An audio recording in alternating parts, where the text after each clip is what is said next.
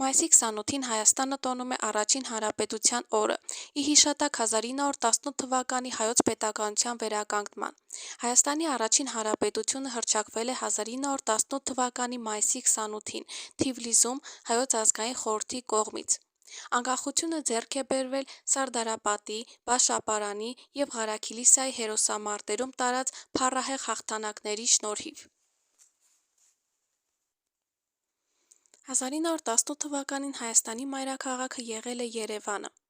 Առաջին հանրապետության ժամանակ են ընդունվել Հայաստանի Հանրապետության խորհրդանիշները՝ եռագույնը, զինանշանը, հեղինակ Ալեքսանդր Թամանյան և Հակոբ Կոջոյան և օրհներգը։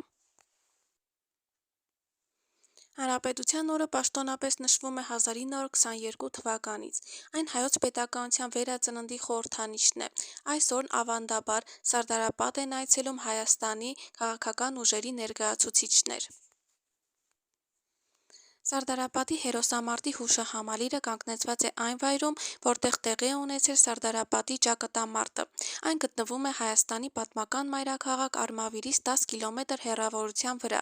որը 1918 թվականին կոչվում էր Սարդարապատ։ Այստեղից էլ հուշահամալիրի անվանումը։ Այս ճարտարապետական քանդակագործական համալիրը հայոց ազգագրության և ազատագրական պայքարի պատմության ազգային թանգարանը նվիրված է 1918 թվականին հայ ժողովրդի տարած հաղթանակին։ Համալիրի հանդիսավոր բացումը կատարվել է հաղթանակի 50-ամյակի կապակցությամբ 1968 թվականի մայիսին։ Սարդարապատի հուշահամալիրի հեղինակներն են Հայաստանի արվեստի և մշակույթի գործիչներ ճարտարապետ Ռաֆայել Իսրայելյանը, քանդակագործներ Արշամ Շահինյանը, Սամվել Մանասյանը և Արա Հարությունյանը։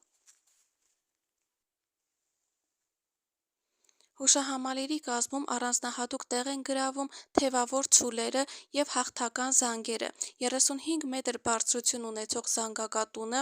այս ճարտարապետական համալիրի առանցքային միավորն է։ Հեղինակներն օգտագործել են ինչպես հին, այնպես էլ ժամանակակից Հայաստանի խորհրդանիշներ, սուրբ և դիցաբանական պատկերներ։ Համալիրը հիմնականում կառուցված է արմավիրի կարմիր տուֆով։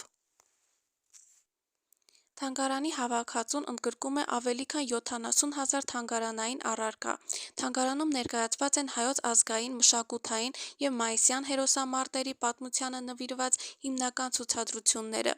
8 մետր բարձրություն ունեցող դեմ դիմաց կանգնած թևավոր ցլերի կարմիր տուֆից պատրաստված քանդակները խորհրդանշում են հայ ժողովրդի հավատարմությունը, հզորությունը և ոգու անկոտրությունը ըստ հին հայկական դիցաբանության։